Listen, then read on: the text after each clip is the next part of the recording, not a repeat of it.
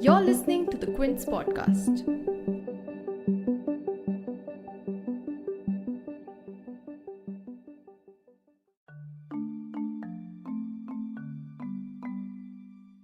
In a move that has triggered anger and disbelief in equal parts across social media by legal experts, the opposition parties, climate activists, and even the Samyukt Kisan Morcha, Delhi police on 13 February arrested 21-year-old climate activist Disha Ravi from a Bengaluru residence on charges of creating and sharing a toolkit on the farmers' protest that was posted by international climate activist Greta Thunberg. Disha Ravi's arrest marks the first arrest in an FIR filed by the cybercrime unit of Delhi police, which was registered against the creators of the toolkit on 4th February. Delhi police's statement claimed that Ravi was a co-conspirator in the toolkit's formulation and in this process collaborated with pro-Khalistani Poetic Justice Foundation to spread disaffection against the Indian state. Now Ravi has denied being part of any conspiracy and said that she didn't create the toolkit and just made 2 edits to it. She was produced before a magistrate in Delhi on Sunday 14 February who remanded her to 5 days of police custody. Disha Ravi's case raises questions on the legality of her arrest and the process which Delhi police followed, and over and above, questions whether the offences that she and others are accused of are even made out. To understand the legalities of her arrest, for today's episode, you'll hear from Dr. N.C. Asthana, a retired IPS officer and the former DGP of Kerala, and Rebecca John, a senior law advocate. You're tuned in to The Big Story, the podcast where we dissect the headline-making news for you, and I'm your host, Himmat.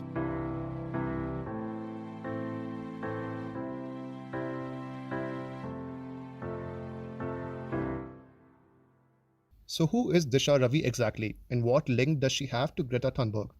A graduate of Mount Carmel College in Bengaluru, Disha Ravi was the voice of India at the Global Climate Week event organized by Fridays for Future (FFF) in September 2020. FFF is a global climate strike movement started by Swedish environment activist Greta Thunberg. The movement encourages students to strike demanding urgent action on climate change. Ravi was part of the FFF movement's international MAPA wing. MAPA stands for Most Affected People and Areas, meaning countries and peoples of the developing world who bear the brunt of carbon emissions and climate change. In September 2020, in an opinion piece for Thomson Reuters Foundation, which she co-authored with 2 other global climate change activists of FFF, Ravi wrote presciently, stating, and I'm quoting her here, "Despite being on the climate front lines, young activists in our countries also face the injustices of persecution at home and being ignored in international media." Now, moving on to her arrest on 13 February. What were the grounds for it? According to a statement released on 14 February by Delhi police, and I'm quoting it here, she, Ravi, was one of the editors of the Toolkit Google Doc and a key conspirator in the document's formulation and dissemination. The statement further reads, she was the one who shared the Toolkit document with Greta Thunberg. Later, she asked Greta to remove the main doc after its incriminating details accidentally got into public domain. This is many times more than the 2-line edit she claims she did. Ravi denied being part of any conspiracy and that she did not know any such groups. She stated, and I quote, "I was just supporting farmers. I supported farmers because they are our future and we all need to eat." On 15 February, Delhi police also issued 2 non-bailable warrants against 2 more climate activists, namely Nikita Jacob and Shantanu in the matter. In response to the warrants, according to an ANI report, Nikita Jacob, a lawyer and climate activist, has filed a transit bail plea in Bombay High Court. The matter will be heard on 16 February. Even as 2 more arrests are impending, what has raised eyebrows in Disha Ravi's case is the process which Delhi police has followed. However, Dr. N.C. Asthana, a retired IPS officer, believes that it is highly unlikely that Delhi police did not follow the procedure, and the official details will be made available in due time. I am given to understand from media reports that they followed the correct procedure. It is unlikely. You see, in such cases, the official version is not forthcoming, but I have reasons to believe that it's not like, you see, people may be accused of ignorance of the judgments of the High Court and the Supreme Court. Going to another state and arresting people there is now 132-year-old thing. The CRPC was passed in 1898. They are not likely to have committed any mistake in that. These are old things. Every Daroga knows this. He may not have read the Kedarnath judgment. You see, that's a very judgment written in ornate Victorian English. It's a constitution bench judgment, and once upon a time they used to write beautiful English. It's a very complicated English, a long judgment. I can understand if a SHO of Delhi police has never even seen the judgment. But as far as these procedural aspects are concerned, these are the bread and butter. इसमें गलती नहीं होती. Senior advocate Rebecca John has criticized the duty magistrate's order remanding Ravi without first ensuring that she was being represented by legal counsel of her choice, and opined that she should only have been remanded a single day of custody till production before the regular magistrate. The failure to secure legal representation was particularly noted by John, speaking to the Quint. If you ask me whether the actions of the Delhi police was illegal, I will categorically say no. Was it improper? Yes, it was. So there is a letter of the law and there is a spirit of the law.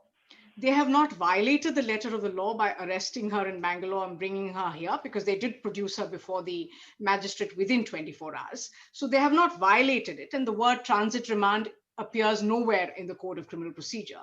It is just a practice which has developed over the years, a practice which is endorsed by courts. In fact, courts expect you, if you are arresting somebody outside your jurisdiction, to first take her to the magistrate in whose jurisdiction she resides, take a transit remand, and then come to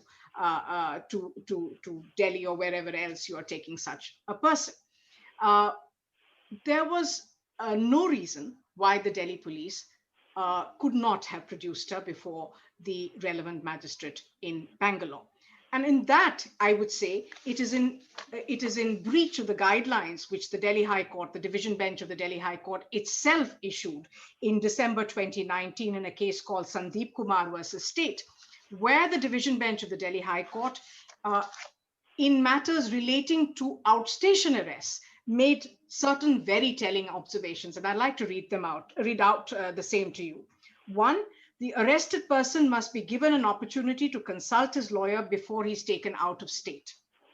So this is with respect to events in Bangalore. Was she given an opportunity to consult her lawyer in Bangalore? I don't know.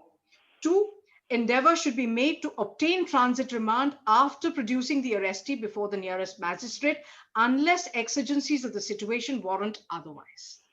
What were these exigencies? What were the compelling reasons that prevented you from producing her before a local magistrate in Bangalore? As I said, it's not an absolute mandate of the law, but even the judgment of the Delhi High Court says we would be happier, it would be better if you produced the arrestee before her nearest magistrate and obtain transit remand before you come to the court of jurisdiction. So there is another violation there. Then the Delhi High Court goes on to say that the magistrate before whom the arrestee is produced must apply his mind to the facts of the case and should not grant transit remand mechanically. He must satisfy himself that there exists material in the form of entries in the case diary that justifies the prayer for transit remand. Once again, reinforcing the need to produce such an accused person before the magistrate within whose jurisdiction that arrestee resides. Now, even the transit magistrate, the Delhi High Court says, must apply its mind to the facts and circumstances of the case and not grant transit remand mechanically. You have done away with that stage completely. And finally, it says that another mandatory procedural requirement for the magistrate considering a transit remand application is spelled out in Article 22(1) of the Constitution of India. This entitles a person arrested to be informed as soon as may be the grounds of such arrest. The Delhi police claims that they did so, and I have no reason to disbelieve them. The magistrate has to ensure that the arrested person is not denied the right to consult and to be defended by a legal practitioner of his choice. And this is where I have a problem. Several youth-based environmental collectives have condemned her arrest, calling the charges of sedition and conspiracy baseless. Senior Congress leader P. Chidambaram said, and I quote, "The Indian state must be standing on very shaky foundations if Disha Ravi, a 22-year-old student of Mount Carmel College and a climate activist, has become a threat to the nation." Delhi Chief Minister Arvind Kejriwal said, and I quote, "The arrest of a 21-year-old Disha Ravi is an unprecedented attack on democracy. Supporting our farmers is not a crime."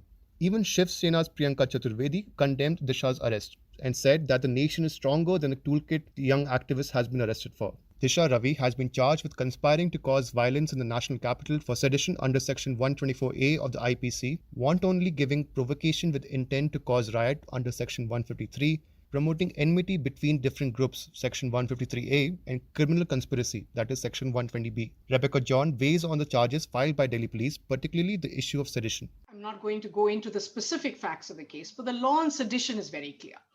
And that law was laid down back in the 60s when a Constitution Bench judgment of the Supreme Court pronounced for anyone who is willing to read that judgment that unless the act is accompanied by violence or there is a propensity to cause violence, it will not be seditious. Even raising slogans, and if you remember in the 90s, there were a slew of cases from Punjab where the allegation was that they raised slogans which were clearly anti-India slogans. Even that, the Supreme Court said, was not seditious. It may be unpalatable, it may not be acceptable to some people, but it is not seditious behavior. So we have this very, very informed, robust law which says that sedition can be invoked only with respect to those actions which have led to violence or which have a deep connection with violence. Now, if you put together a toolkit and you're trying to connect it to the events of the 26th of January, which despite the major media narrative, was really a largely peaceful day. I mean, you had the few instances where cops and farmers entered into some kind of a fight. But if you look at it, nothing was burned. Nobody except one farmer lost his life. No one was critically wounded or injured.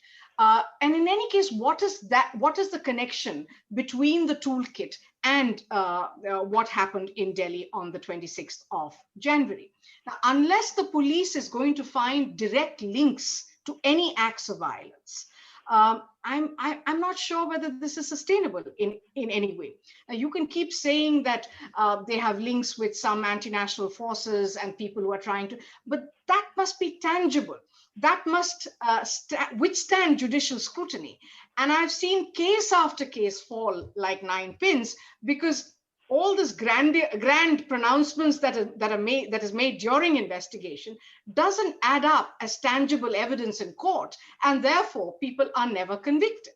So is this just a ploy to silence people, or do you have tangible evidence? I will wait for that. I don't think so as it stands at the present moment, but I will again repeat, I'm not familiar with the exact facts of the case, but that in order to invoke Section 124A, you have to show something more than a toolkit. The questions revolving the legality of Disha Ravi's arrest are still up in the air, but her arrest does signify a significant moment for the right to protest in India, given the criminalization of what is now a standard practice in protest around the world. In particular, it could have a major impact on the fight against climate change, which is being led around the world by young activists like Disha Ravi. The question is, will her arrest create a chilling effect on people like her when it comes to their activism? Remembering that the NIA had even filed a UAPA case against Indian climate activists last year before hastily withdrawing it. The way in which the courts will now assess the arrest of Disha Ravi could play a crucial role in determining these matters going forward. If you like listening to this episode, please subscribe to The Big Story for episodic updates. We're available on Apple, Google Podcasts, Spotify, JioSaavn, and most of the other popular podcast streaming platforms. For other podcasts, please log on to the Quint website, and for any feedback, please shoot an email to podcast@thequint.com.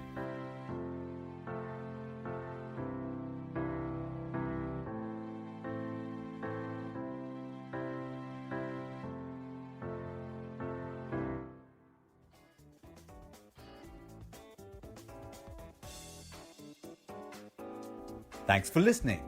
Log on to the Quint's website and check out our other podcasts.